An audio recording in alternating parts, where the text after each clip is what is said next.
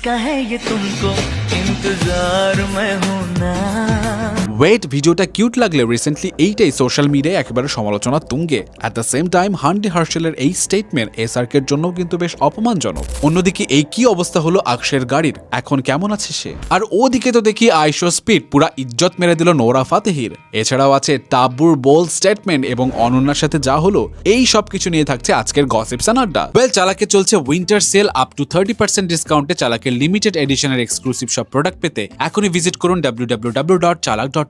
Stock কিন্তু শেষের দিকে। সো রিসেন্টলি সৌদি আরবের রিয়াদে হয়ে গেল জয় অ্যাওয়ার্ড 2026, যেখানে বলিউড বাদশাহ শাহরুখ খানের উপস্থিতি আর তার অরা সোশ্যাল মিডিয়ায় পুরা ভাইরাল। অ্যান্ড সেই ইভেন্টে ওয়ার্ল্ডের অনেক তারকার পাশাপাশি দেখা যায় তুর্কি অভিনেত্রী হান্ডে হার্শেলকেও। এবং একটা পর্যায়ে দেখা যায় হান্ডে স্টেজে শাহরুখকে দেখে মোবাইলে রেকর্ড করছিল সেটা, যেটা দেখে সবাই তো অনেক প্রশংসা করছে। কিন্তু এরপরই পুরা ঘটনায় 360 ডিগ্রি অ্যাঙ্গেলে ঘুরিয়ে দিল হান্ডে নিজেই। সে তার নিজের ইনস্টাগ্রামে শাহরুখের একটা পিক শেয়ার করে স্টোরিতে লেখে, হু ইজ দিস আঙ্কেল? মানে সিরিয়াসলি গ্লোবাল আইকন এসআরকে কে চেনে না হান্ডে?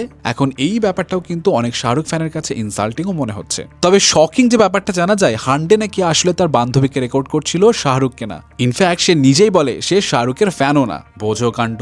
এখন এই চেনা না চেনার কাহিনীর মাঝেই আর একটা ঘটনা সোশ্যাল মিডিয়ায় ভাসছে। সেটা হলো কয়েকদিন আগে মরক্কোতে এক ফুটবল ম্যাচে একসাথে উপস্থিত ছিল নোরা ফাতেহি আর আইশো স্পিড। আর স্পিড ছিল তখন লাইভ স্ট্রিমে। এখন সুন্দরী রমণীকে দেখে হাই হ্যালো করলেও নোরাকে সে কোনোভাবেই চিনে না। এবং লাইভ চ্যাটে সবাই যখন নোরার নাম কমেন্ট করতে থাকে, তখন স্পিড উল্টো জিজ্ঞেস করে, তবে তাবু তার বোল্ড স্টেটমেন্ট নিয়ে তো ভালোই চর্চায় চলে এসেছে। রিসেন্টলি সে এক মন্তব্য করে, পুরুষ মানুষকে সে শুধু বিছানায় চায়, তাছাড়া সে সিঙ্গেল লাইফ বেশ এনজয় করছে। ওয়েল, এখন her life her choice. But আসল প্রশ্ন হলো, এই কথাটা যদি বলিউডের কোন অভিনেতা, ধরি সালমান খানই বলতো, তাহলে রিয়াকশনটা কেমন হতো?